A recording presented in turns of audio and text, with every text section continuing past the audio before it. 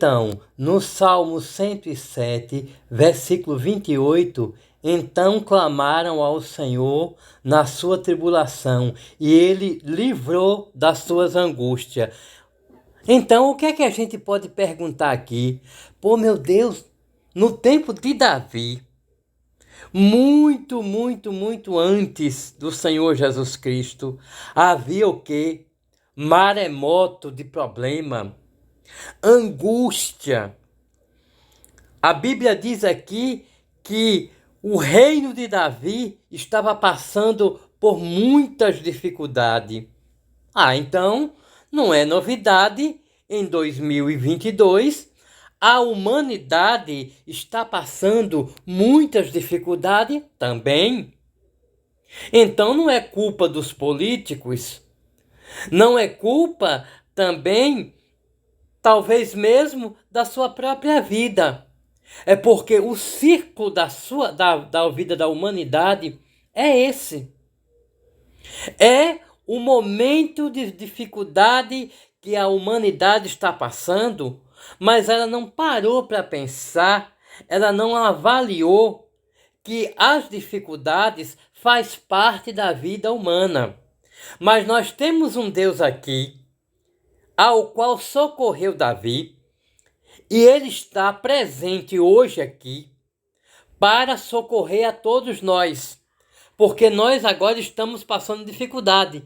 E a palavra diz que clamaram. Clamaram, então não foi só o rei Davi.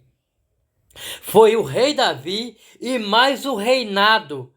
O reinado de Israel, a população se juntou para clamar em angústia, em desespero, porque as ondas estavam altas, o vendaval estava muito forte. Então eles clamaram na sua tribulação e ele livrou nas suas angústias. Olhe, Deus é especialista de dar o livramento das suas angústias, das suas dores, aquilo que você não pode... Porque é o seguinte, a gente tem que entender que tem coisas na nossa vida que a gente não pode resolver. Não é possível resolver. A nossa mão não alcança tal situação para decifrar e para resolver. Ela foge do nosso controle. Mas nós temos um Deus vivo e eterno, que vive no céu e que atenta para todo aquele que clamar. Pode ter certeza. E se você está passando angústias, se você está passando tribulação, pois então, faça uma experiência de clamar esse Deus e ele vai te responder, como fez aqui no caso de Davi. E diz que a palavra é o seguinte, que ainda o Senhor livrou das angústias e levou ao porto desejado. Ou seja, livrou naquele maremoto, naquele balanço grande que veio sobre aquele povo. E aquele povo foi levado a um lugar seguro. Deus tem um lugar seguro para mim e para você. Quando a gente ora, quando a gente clama.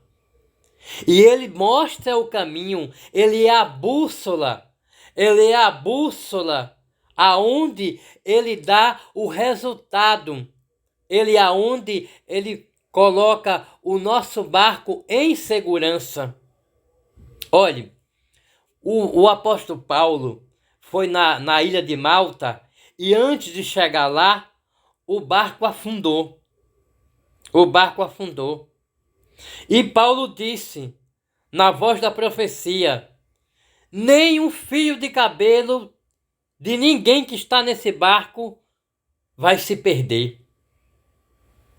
Porque às vezes a gente pensa assim, não, meu barco não afunda. Meu barco não afunda. Mas o de Paulo, do apóstolo São Paulo, afundou. E só sobrou destroços. Só sobrou a madeira boiando em cima das águas. E por que o barco afundou? Porque o mar estava bravio. Mas Deus, ainda que nosso barco venha a afundar, Ele vai fazer um livramento acontecer na nossa vida, até na madeira que sobrar no nosso barco. Creia nisso. Porque eu falei no vídeo anterior que Sadraque, Mesaque e Abednego escaparam da fornalha que Nabucodonosor preparou para ele. O mar, Satanás agitou o mar, porque Paulo ele ia fazer uma obra missionária e fez maravilhosa naquele lugar. E as maravilhas apareceu pelas mãos de Paulo. E aí, Satanás agitou o mar para matar todo mundo e ninguém contar a história e a obra de Deus não ser feita.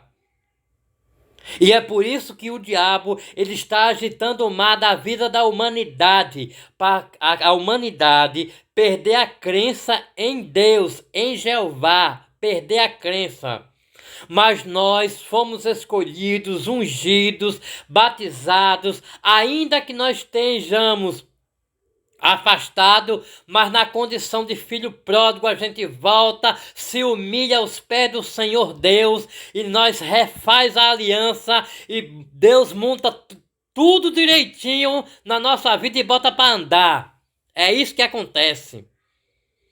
Então, nós estamos vivos, recebemos o livramento, nós fomos levantados das câmaras da morte para o nome do Senhor Deus ser glorificado, como Paulo foi levantado das câmaras da morte, dentro daquele mar bravio, não tinha condição nenhuma, nem Paulo nem sua equipe, escapar, porque o mar estava agitado, tanto que a canoa não aguentou, se espatifou toda, mas Deus salvou pelos destroços que sobraram. Então, se você está com a sua vida destroçada, se você está com a vida toda quebrada, creia, quando você pega um miaeiro, que você outro dia uma sobrinha minha disse que juntou acho que 5 mil reais no miaeiro. Aí você vê aquele miaeiro, um porquinho. Aí você olha, isso aí não vai... Um porquinho, né? Vai pela imagem.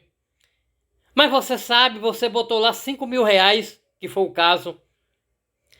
E aí, você pega e lasca o porquinho no chão, e o porquinho se quebra todo, e lá tá o ouro que você juntou.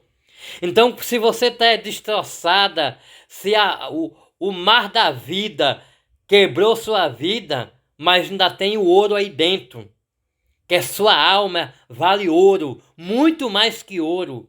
Seu espírito vale muito mais que ouro.